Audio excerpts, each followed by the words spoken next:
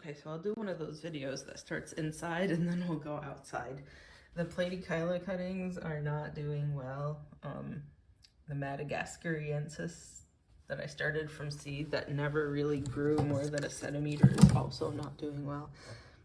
I don't know if you can tell, there's one of them in there.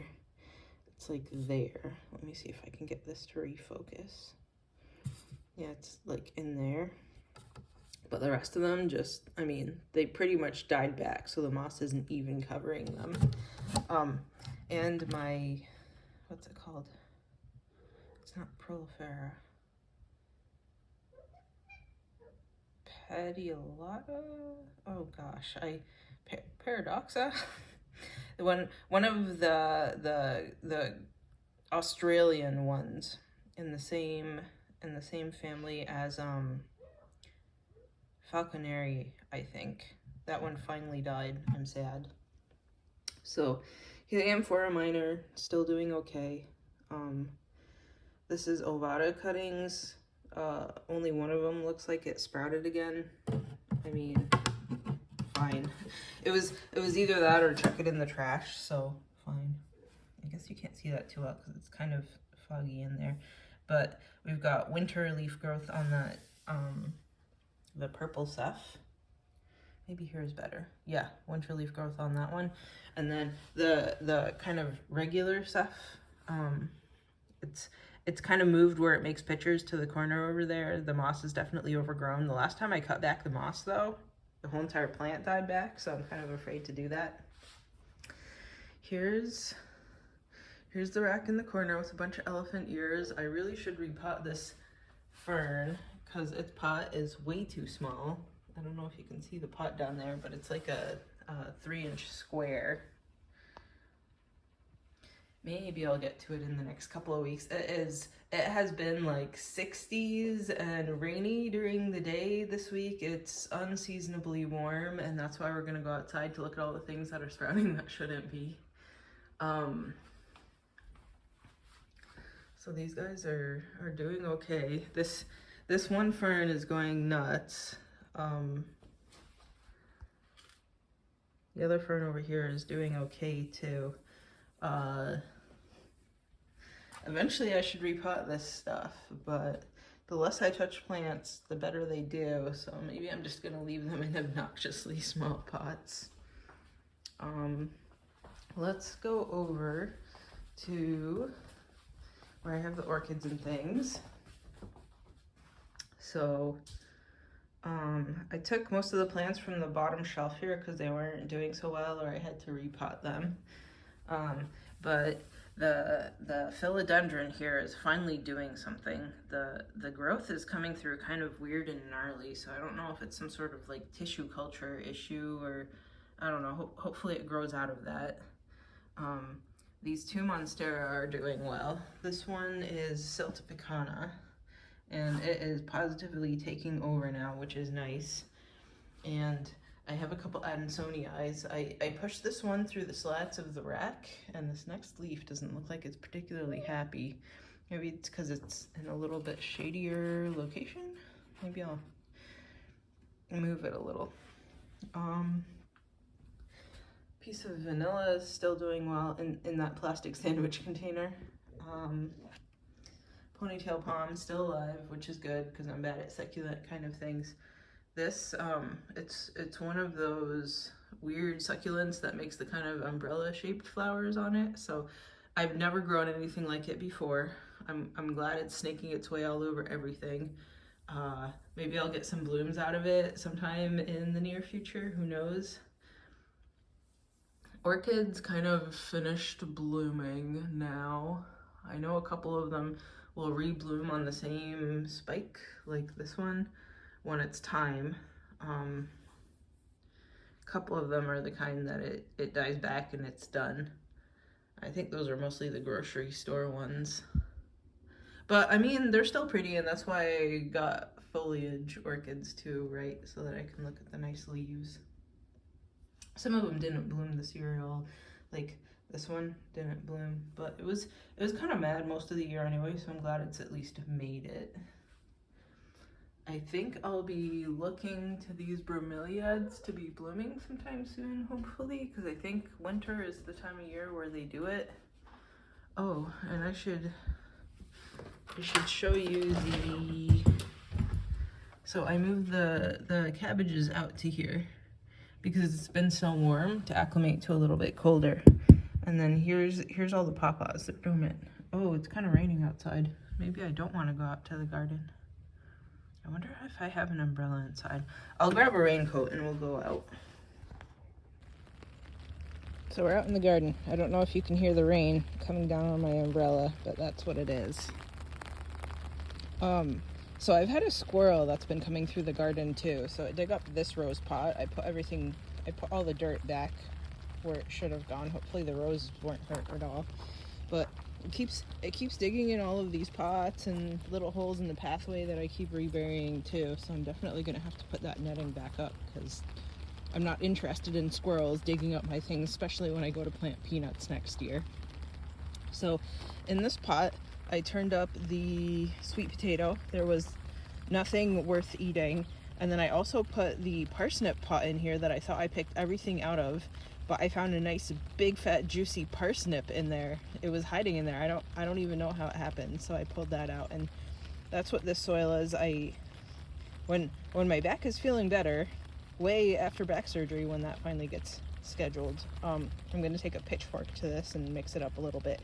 And one of either those fruit trees or those bushes that are supposed to come in the spring is going to come in here, and I think I'm going to plant parsnips around the outside of it because a lot of these other pots have strawberries in them already, so there isn't room for parsnips. Well, maybe around where the crocuses are too, huh?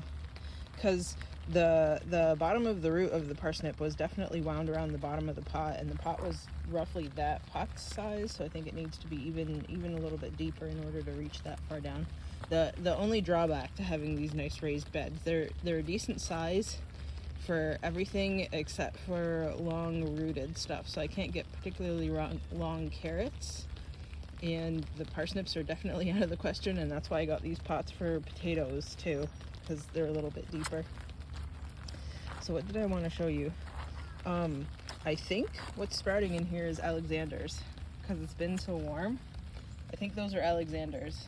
That medieval vegetable that apparently celery replaced. That might be Alexanders too, I'm not sure. But I asked the internet.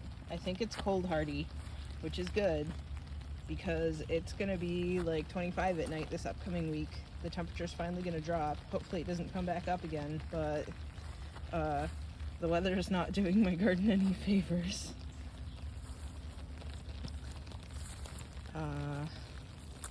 What else do we have in here?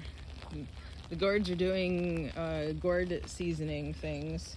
I had planted purple carrots around here. I don't know if I see any sprouts yet because it wasn't really raining when I put the seeds out. Hopefully that isn't from a squirrel digging again. Right around here. So I put the purple carrot seeds because all the rest of these carrots that are sprouting, I only had, I think it was only white and yellow carrots left in the patch that was blooming this year. So these are all going to be white and yellow carrots. So I wanted some purple ones too. I think there's something like cosmic purple or sunshine purple or something like that. These are all those potato onions. What else? There's definitely going to be weeding to do next year now that I have all of these weeds that sprouted up all over the place. I'm not looking forward to it. I want to put landscape fabric down here, but then I would cover up the dandelion that's over there, so maybe I'll just put it this far. We'll see. It might kill one or two strawberries, but I don't think they've spread that far, so maybe it'll be okay. And I think this is a dandelion, and it looks strange because it's in the shade. I can't be sure, but I think so. I'll see what it blooms like. And the carrots even spread into the pathway there.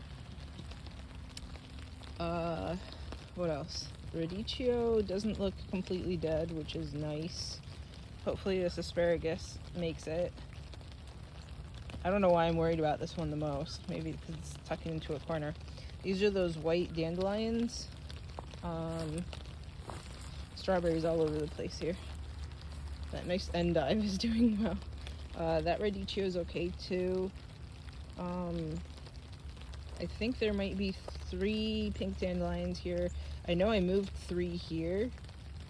One of them looks good, right? The one in the center of the shot. The other 2, one's just to the right of it, and the other one's in that patch of lettuces. Hopefully they make it, but I did just plant more inside. I've got 3 more pink dandelions sprouting inside, and I might either put them in this bed too, or maybe mix them up with the white dandelions here. Maybe put them in this bed with the onions and asparagus. We'll see. What else? I did take those cuttings of a lot of the, and maybe this is how the squirrel is getting in. I did take a lot of cuttings of the bushes, the like right here, the gooseberries to plant inside. I dipped it in rooting hormone and then I put it in my cellar. Hopefully it'll root over the winter time, and then I'll put some nice spiky, hopefully deer deterrent berry bushes around my yard. Yeah, so it's a sleepy garden. I think I'm gonna put landscape fabric here too. Look at all the grass that happened here. I couldn't stay on top of it this year, you know. So next best bet is just putting landscape fabric everywhere, because it's definitely spread, and I don't know if I can weed that much.